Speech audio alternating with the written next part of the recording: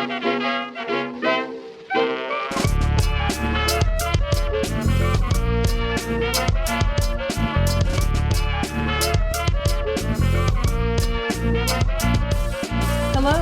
and welcome to episode 1 of Transylvaniacs, which chronicles the journey of two dumbasses to watch as many Dracula adaptations as possible. Each episode, we try to explore every film adaptation of Dracula, from Dracula A to Dracula Z. That's never gonna get old. Never. Honestly, and I'm gonna have to suppress a laugh every time you say it, which I love. But anyway, I'm Colleen. Hi. I'm Will. I am, in case you missed our first episode, where we went over the source material for our quest of strangeness. I am a writer and editor. I live in Pittsburgh with my wife. You can find my work at the Hard Times satire site. I know, extremely related to this and extremely professional.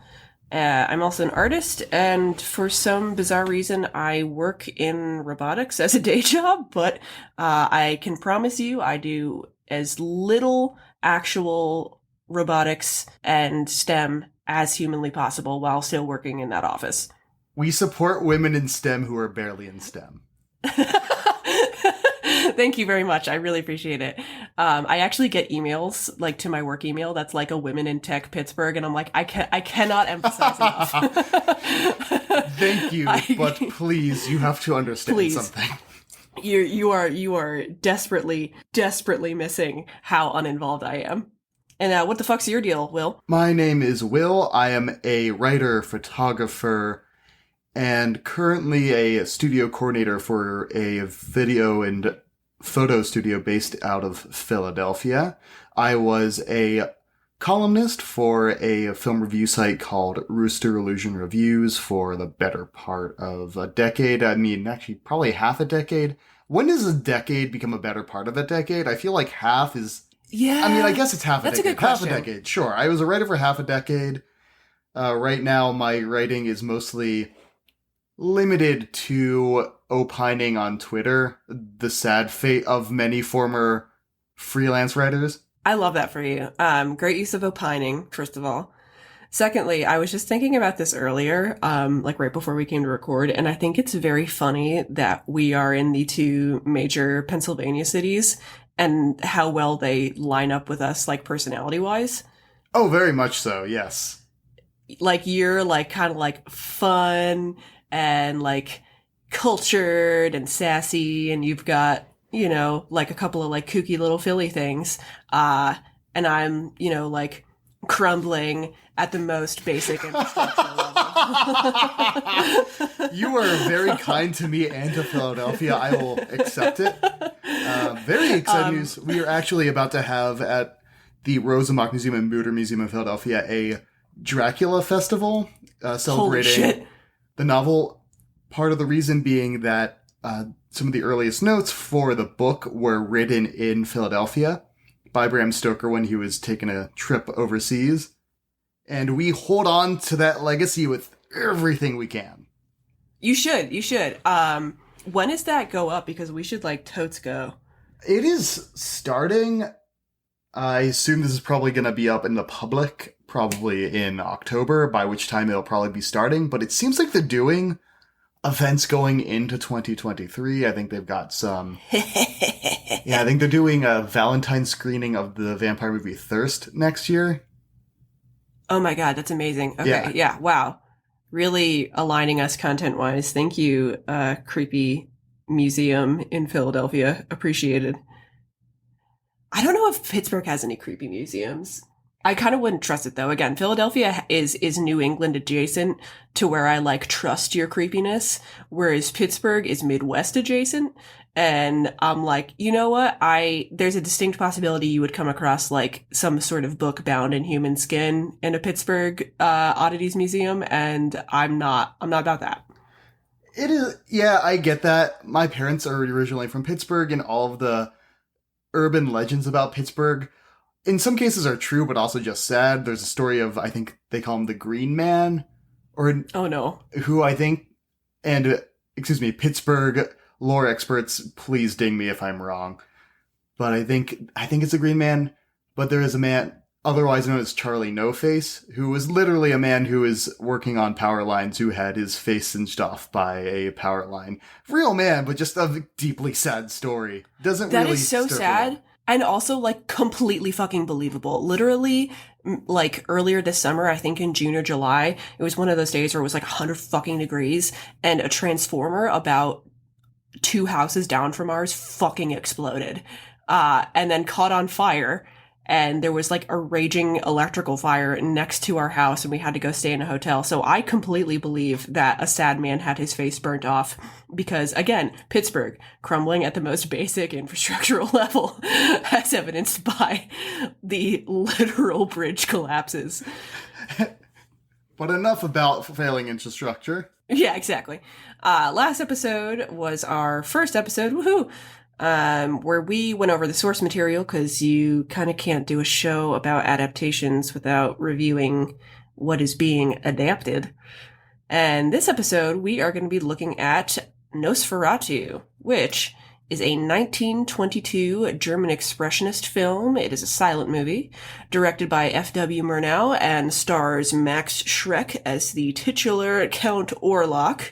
And it is a very loose adaptation, but also close enough where there were some legal issues. Yes. So... it is the earliest surviving Dracula movie that we have. There were 2 movies, one I believe from Hungary, the other from Russia, that have been lost to time. It is a miracle that we still have this one, as the Stoker family tried to put the kibosh on this, and all prints of this movie were ordered to be destroyed, and luckily a couple of them survived. That's kind of amazing. I love the concept of like lost films, and I actually didn't realize that there were a couple of previous adaptations that were lost prior to this, but that does make sense. And it's funny thinking about the timing of this. So this again came out in 1922 and the novel came out in 1897. It's like, that's not a long time afterward. I mean, obviously there's quick adaptations now of popular novels and media, but back then that was like a pretty tight turnaround. And it was pretty ballsy of Murnau to be like, look, we're going to do this, but we're not going to do it the legal or right way. No, I think they did what a lot of the silent film era does. We'll just steal it. It'll be fine. No worries. Yeah.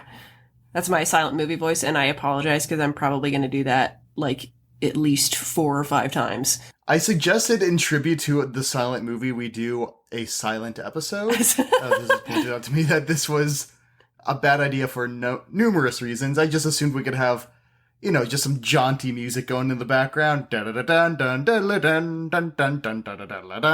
know, throw up some interstitial title cards on YouTube or whatever. Oh yeah, I think that could work. Yeah, I think this would generate an audience right off the bat. Mm-hmm. Mm-hmm. Especially since our last one, we were like, all right, here's an old book. Here's an old movie where you don't hear anything. So yeah, we're really off to the races with this podcast so far. But to give a little background on this piece of media, we're probably just going to give like a very quick plot summary. Something that made me kind of chuckle was you were like, how do we want to deal with spoilers? And then you said the most Philadelphia thing you could have possibly said, which was, this John is 100 years old. We don't care about spoilers. I will only give spoilers if it is a new movie. And this is the opposite of a new movie. This came out 100 fucking years ago. So, to summarize, this film takes place in 1838, so prior to both the actual filming of this and the novel, in a fictional town in Germany.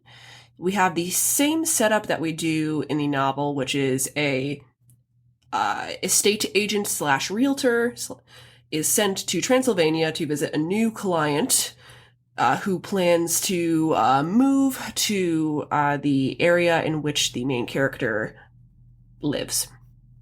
And then shit hits the fan immediately upon entering the castle. And then we kind of have the first third of this winds up being very similar.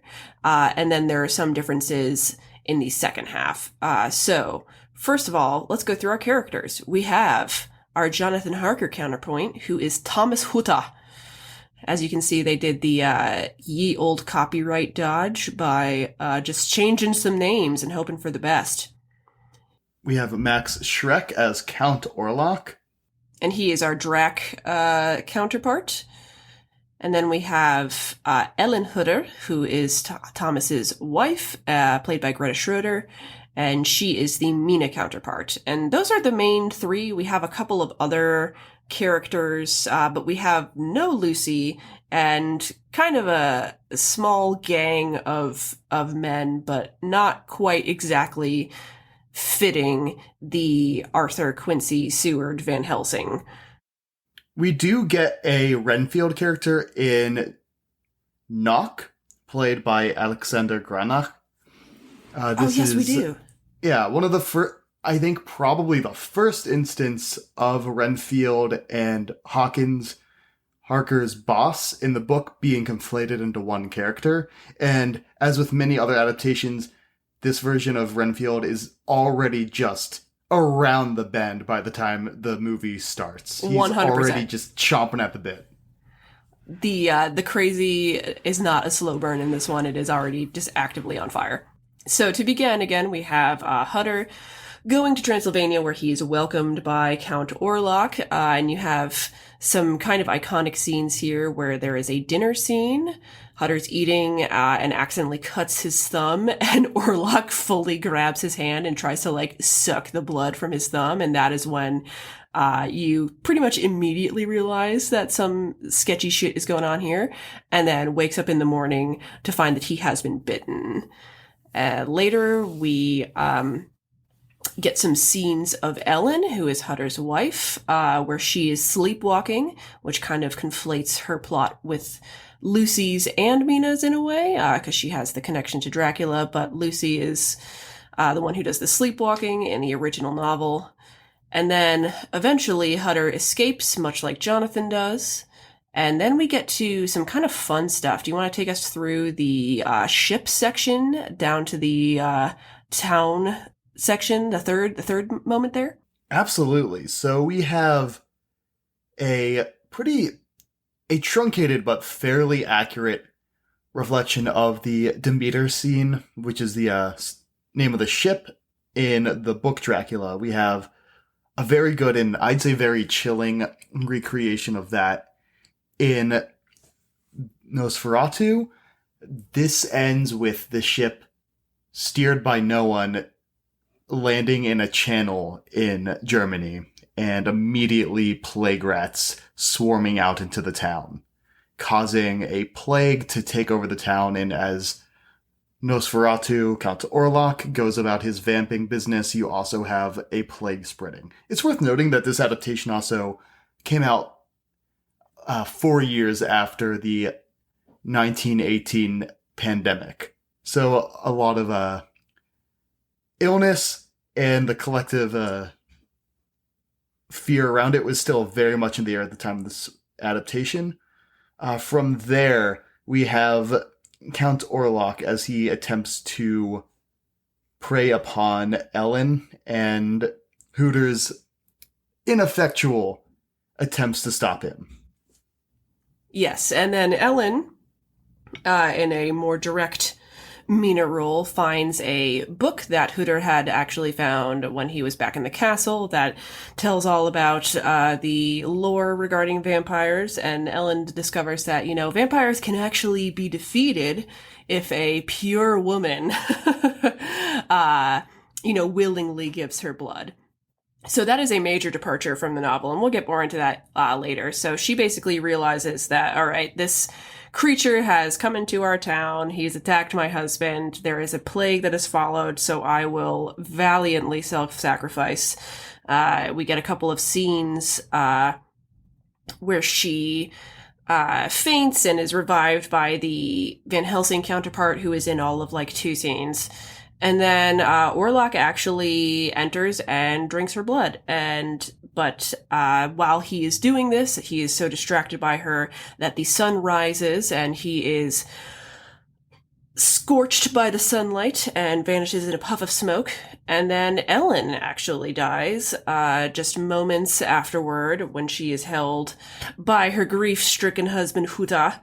And we get a final shot there where we see the original castle, but it is in ruins now, kind of showing us that, wow, we did it. We beat the bad guy.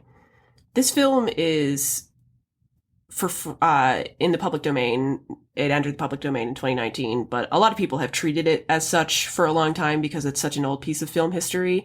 And it is very short. I think it's only about an hour and 15 or 20 minutes. And you can find it on YouTube. And that's how we watched it. And I highly suggest just watching this just as a piece of film history. It's really, really interesting. But before I get too excited about what I think of this movie, because I have many things to say, let's go a little bit into the production. Do you want to tell us a little bit about the making of this film and some fun things you learned? Absolutely. So one of the things that separates Nosferatu from a lot of its ilk in the German Expressionism wave of the 20s is that Nosferatu uses a lot more on-site film locations. Previous films, if you've ever seen anything like Dr. Caligari, and frankly, if you're listening to this podcast, there is a pretty solid chance you've maybe seen that one. That is a movie that is filmed with a lot of very artificial backgrounds that gives it a very haunting, disorienting feel, but Nosferatu stands apart by filming on location.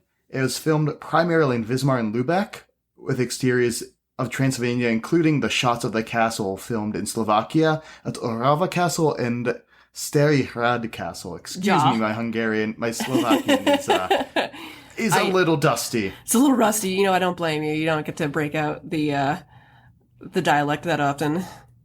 No, not since the dark time. Probably the most fascinating thing I found about this movie was that the production designer and producer of this movie, Albin Grau, was an occultist. Sick. When we were watching this movie, we were making a lot of jokes about how the contract between Nock and Count Orlok is just insane scribbles. It is just a bunch of nonsense scribbles on a page, and apparently those are actual Enochian Hermetic symbols that Grau had studied, and he decided was going to put into this movie. Yeah. Oh my god, that's awesome. Yeah, he also, I think, said that he was inspired to make a movie about vampires after, and I'm probably getting some of these facts wrong, I don't care. Apparently in World War I was talking with a farmer that he met who said that I think is either his wife or his mother had been killed by a vampire. Oh, damn. That's kind of spooky. Yeah.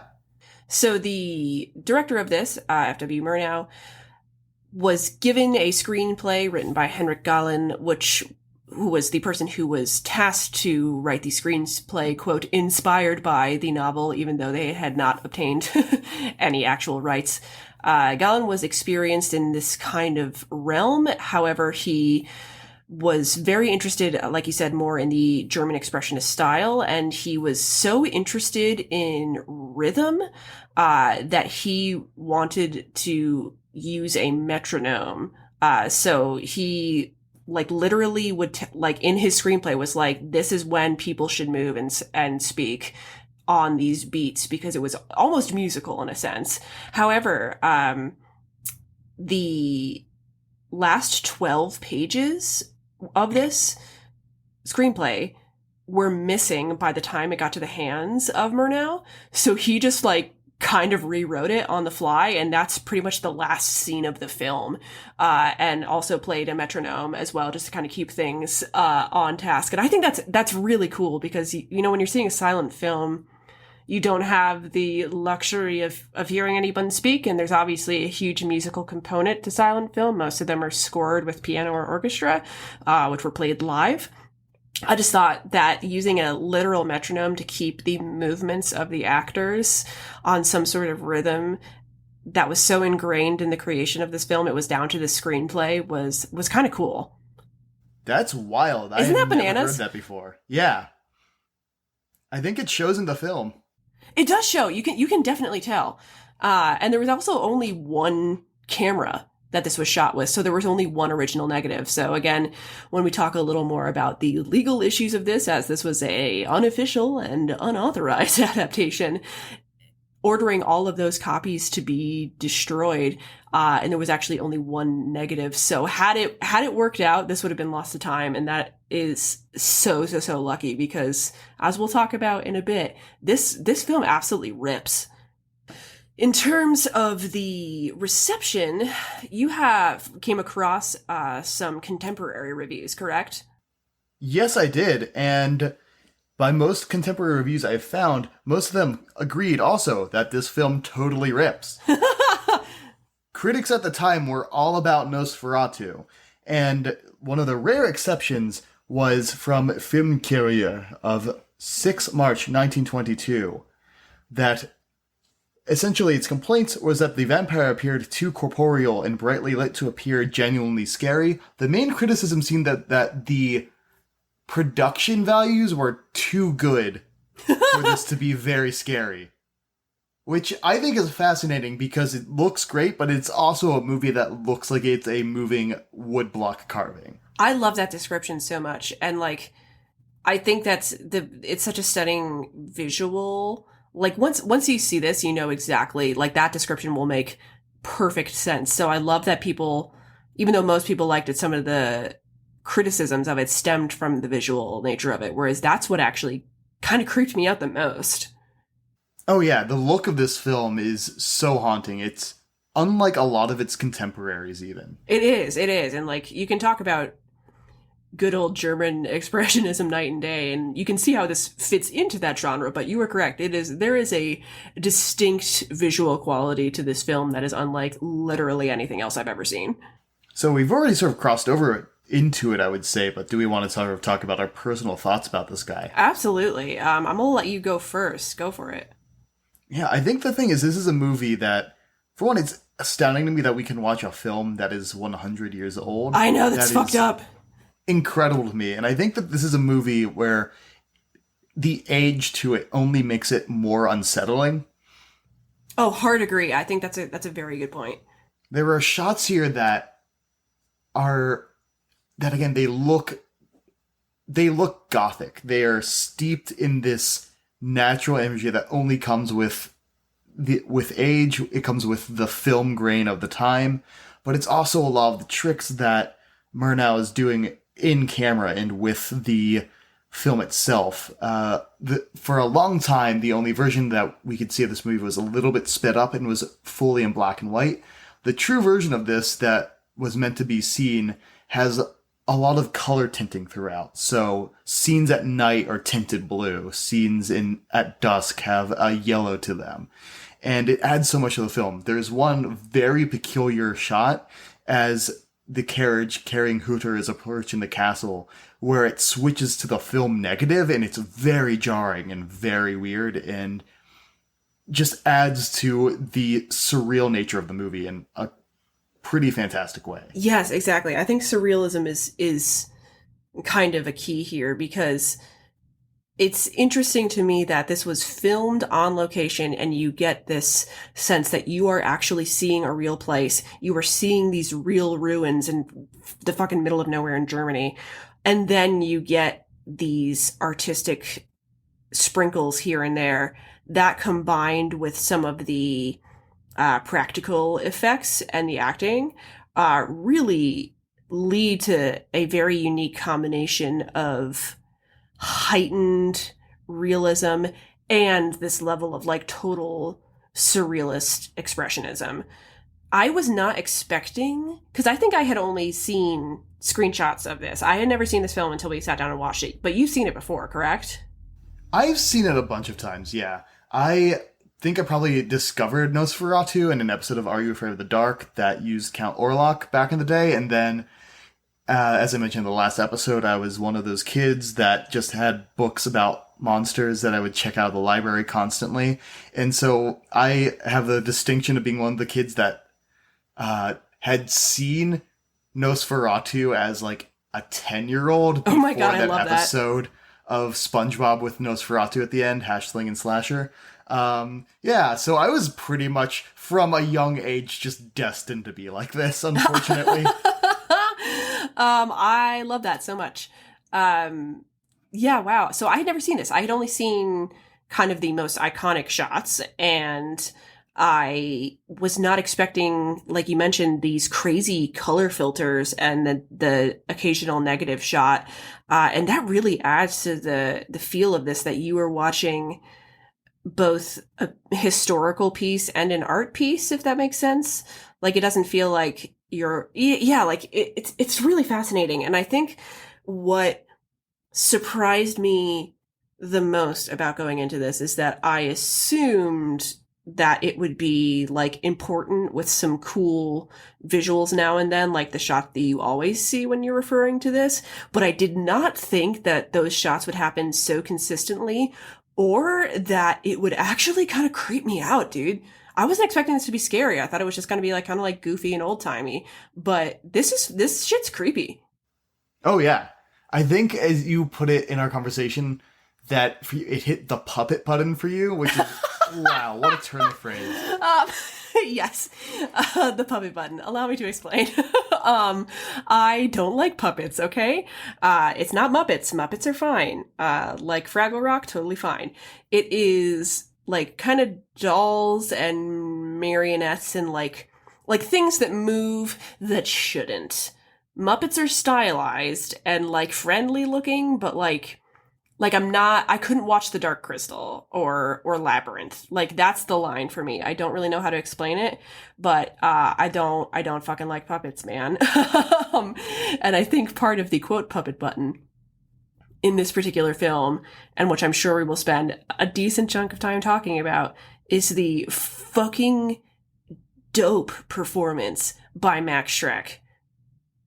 Max Schreck plays Count Orlok, who is our Dracula counterpart, and there is something about the combination of his physicality, the way he carries himself, and the way that he is made up. If you know anything about this movie, you probably know what Orlok looks like. He's wearing some makeup and prosthetics to give him extremely long, pointed hands and fingernails.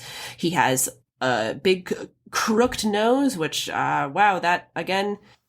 Yeah, we are not beating the anti-Semitism charges. We really are not. I love that. Like, some people are like, "Wow, this has a lot of themes involving the fear of the other and some anti-Semitic undertones." You're like, "Oh yeah, you mean like the book?"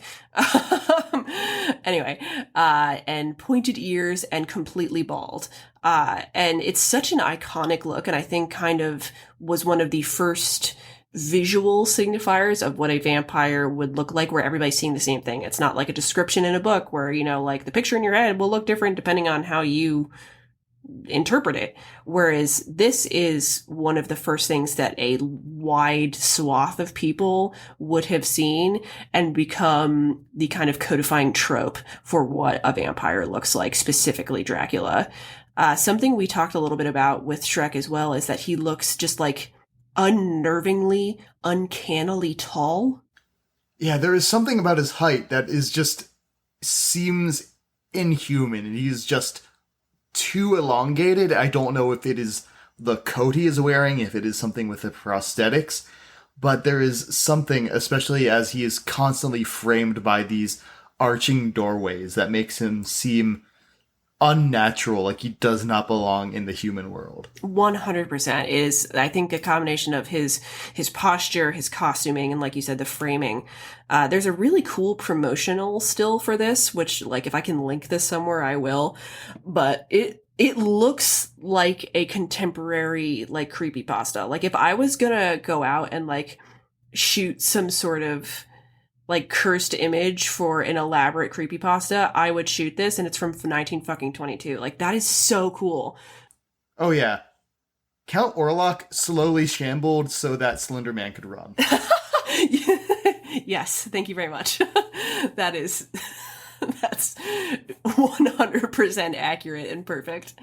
But yeah, the striking nature of Shrek visually, his performance, and a lot of the shots in this are just drop dead fucking gorgeous, dude. There's some really iconic ones, like of his shadow as he ascends the staircase. If you know anything about this movie, you've seen that shot. But things like that happen every like 2 minutes, just either with this stunning, crumbling, beautiful architecture, or Hooder just kind of like riding around the German countryside, or Ellen back in her house has a lot of very 20s looking ingenue moments on her balcony with these incredible tiled floors. Like this is just a feast for the eyes, dude. And I think your description of moving woodblock is absolutely bang on. There is a shot I love in this movie of Ellen sitting on a beach with tombstones just jutting out of it at insane angles. Yes. Actual footage of you in Cape Cod, and actual footage of my wife. Again, anytime I see a tall woman in a film, I'm like, oh my god, that's my wife. I can confirm this is true. Ellen is the shit. Greta Schroeder has a really awesome performance as well, and it's great to watch film where you have to see people act without hearing them speak. That's doing acting on hard mode. And I think a lot of when people think of silent film, they kind of think of your Charlie Chaplin kind of slapsticky stuff, and obviously this is heightened in a lot of ways, but it really is the right medium for this story. Oh, absolutely. Yeah, I think you're spot on that when a lot of people think silent film, they're thinking of Chaplin, they're thinking of a lot of specifically comedy, where to highlight and to heighten that comedy, the crank was, for the camera, was cranked slower so that the motion looked faster, which added to the humor. But this movie moves at a very different pace. Oh, yeah. It helps. Orlok is one of the few vampires that I could truly believe is a reanimated corpse just based off how he moves through the frame. Absolutely. And like some of the practical and like in-camera effects in this are really impressive considering that it was 100 years ago. Like when they are on the ship, they go into the ship's hold because one of the crew members is sick, and that's kind of where the first plague subplot stuff happens. And you get a reverse shot of Orlok rising out of his coffin, and it's stop motion essentially and reverse, and it is so eerie and so cool that they managed to do that with the tools they had at the time. Oh yeah, as somebody who is a photographer and has done some amateur filmmaking, I really love this kind of in-camera photo trick stuff. I always go back to movies like this, to, the earlies of the cinema, like Georges Méliès, who invented so many of these tricks. I think there's still so much to learn from a lot of it, and they all work so well here. These are tricks that have now been around for, if we're saying that film probably started in the 1890s, around the time the book was published, this is still a young art, but the tricks are down. People understand the language pretty well by now, and it's put to good use here. That's awesome. A couple of other just kind of quick things in terms of our thoughts on this. The costume design in this is really, really awesome. Again, so the film was in 1922, the novel's in 1897, and the film takes place in 1838. So they were kind of doing a historical drama at the time. So everybody is wearing these incredible kind of three-piece suits, these long duster coats, these vests. Orlok's particular look, even at the start of the film, something that's kind of fun about Orlok is you see him at first and he's obviously very sickly because he has not fed in a while, and then as he starts feeding on Hooter and the crew members of the ship, and then the town, once he gets back to Germany, his entire wardrobe and appearance changes. When you first see him, he's wearing a turban to cover his head. He has these extremely dark circles, which wow, relatable shit there. But again, the iconic coat that Max Schreck wears, there is the costume work in this is amazing, and it has a very theatrical feel, which I think also makes sense. I think that this particular style of film would have made sense to see in an opera in terms of some of the opulence of all of this.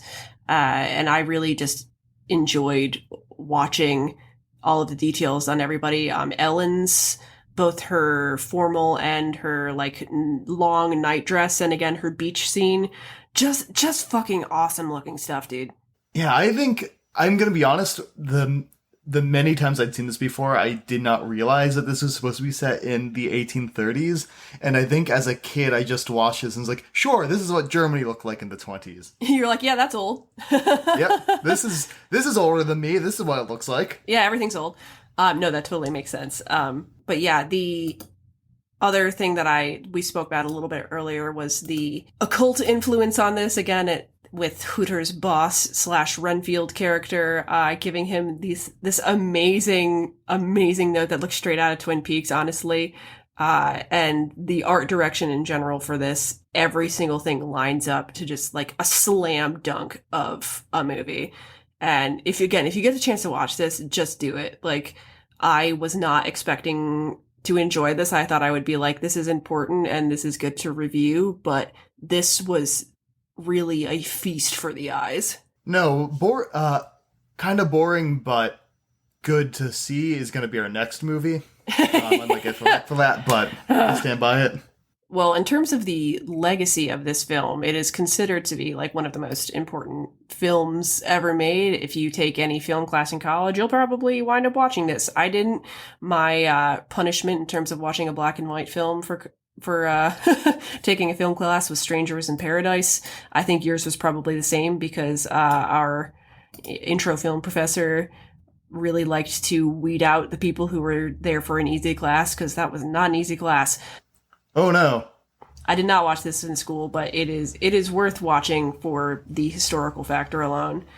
But this really was the film that brought Murnau to prominence. He also had another film called The Burning Soil, which came out like right around the same time that this did. So they did a lot of press on Nosferatu, and it got a lot of exposure pretty quickly. In terms of the differences between this and the novel, that is something that we'll get into a little bit. The largest difference that you see here is definitely the ending quarter, I would say.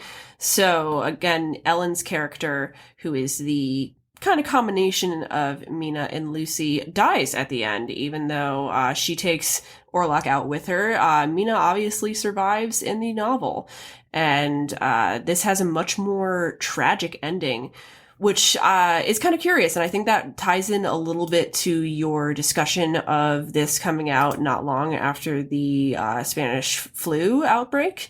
There was probably a little bit more of a tragic sensibility and a fear of a plague. We also have the first depiction of Dracula or a vampire dying from exposure to sunlight. So in the novel, he's, uncomfortable with sunlight and avoids it, obviously, but it's not a way to actually kill him. But that's how Ellen, winds up defeating Orlok in this, is that he is burned by the sun in a moment of being distracted by her. It's an interesting ending because it puts the feet of Orlok squarely on her shoulders. In the book, it's so much about the Gang of Light as yes. As a lot of the critical analysis refers to them, which I love because I think it sounds like a Christian hardcore band. But there's none of that in there. There's a bit of Hooter running out to go find the Van Helsing analog in this, but by the time they both arrive back at the house, Ellen has already made her decision, has already sacrificed herself, and they really do basically fuck all. We also have, obviously, the names are different, and this is what I like to call legally distinct. This is legally distinct Dracula, even though the similarities were close enough that the Stoker estate did sue.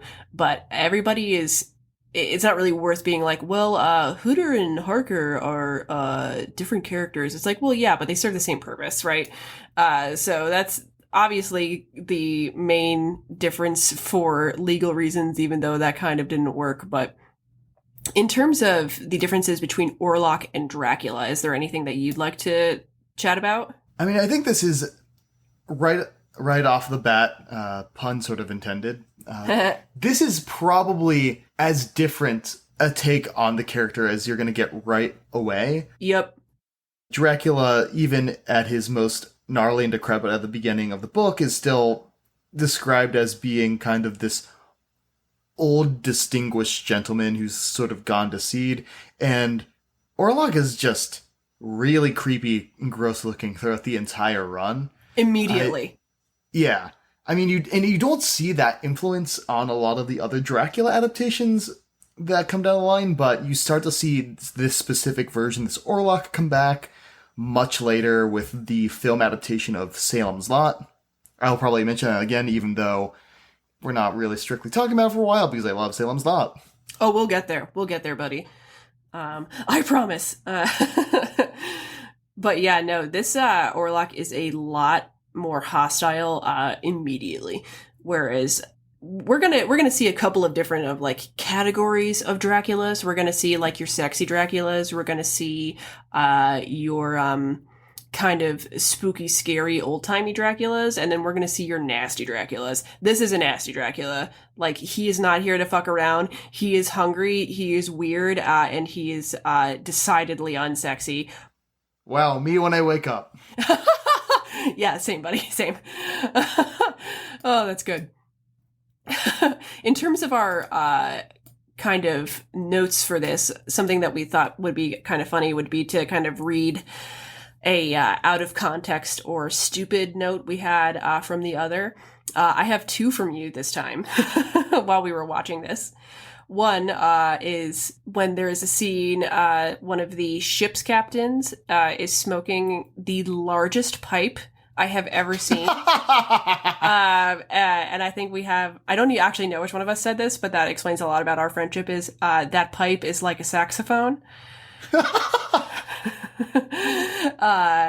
And then later I have one from you that says, I need a casting call. I need you to find people with the craziest hair you can find. Everyone in this movie who is just on the sidelines has just the wildest haircut. Utter, you're going to the underground noise band rave haircuts. Just wow, off the wall crazy. And then some like really impressive eyebrows too. I think my favorite thing from our watch was your noting of the score for the version we watched. If you go watch this on YouTube, there is an organ accompaniment, and it goes so hard. Yes. And I loved your comments on it. It is like, wow, this accompaniment is just, it's prog rock, it's Phantom of the Opera, it's everything just amped up to 11 all the time. We should have, I think we had a long conversation about this, is like there should be more sweeping organ scores to our everyday lives. You were so right about that. Thank you. This also makes sense because, as you know, I've been listening to a lot of Ghost recently. They do a good organ. And also one of their EPs has a version of a frame from this movie that they just kind of like superimpose their little like upside down anti-pope on. So that makes sense. I guess I'm in a organ accompaniment mood recently, but as I should be, man. It's late September. It's spooky season. Yeah. Oh yeah, we're fully in it now. We're recording this on the first day of fall. Yes. We're in the season, baby. Yes, baby. I also have one note here, and I think this was a title card. I don't actually know what this is, but it's making me laugh. Creepy load? Question mark? I think that was when they are unloading the coffins full of dirt, and they were like something about, we need to move this creepy load, and I was like, yeah, I'm sure you do, buddy. It's too good. It's too good. So that's kind of our quick and dirty review, recap, comparison of the iconic 1922 film Nosferatu. What is next for us, Billiam? Next up on the docket for us is probably the best known adaptation of Dracula of all time. We are talking about the 1931 Bela Lugosi adaptation. Hell yeah. And like you said, that will be a great one. That will be boring but necessary. So we'll do our best. And then after that, we will be watching another 1931 Dracula, which was filmed in the same set as the Bela Lugosi, but in Spanish language, and is considered to be the superior film in pretty much every aspect. So I'm really excited to see that one. I have not seen that. And that one is a treat, yeah. I'm so especially excited. if you do a compare contrast with the better known American English language version.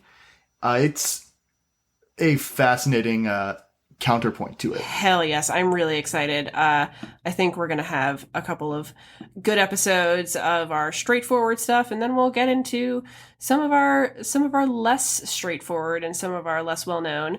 We will be back to Nosferatu though, because we will be watching a version called Nosferatu the Vampire, which is a 1979 horror film by Werner Herzog, which stars Klaus Kinski. Which is kind of a stylistic remake of this. So we will be back to Nosferatu territory once we get to the 70s. But for now, we are firmly in the 100 to 90 years ago era. Yeah, we are keeping it early 20th century for a while.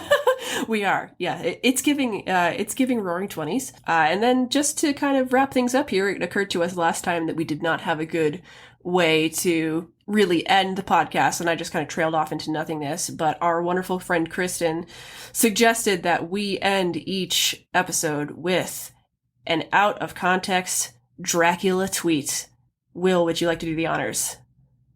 I would love to. This week's tweet comes to us from @Zach Silberberg. Dracula Quentin Tarantino be like, I want to suck your toes. God damn it. Listen, we had two options. This seemed like the better of the two, unfortunately. That's too bad. The other one, you know what? I'll save the other one for next week. Revenge. There we go. I can't believe we're ending on sucking toes. I'm sorry. Don't apologize. It's perfect. I no, love this is to our audience. Please don't leave. Please give us a chance. No, stay.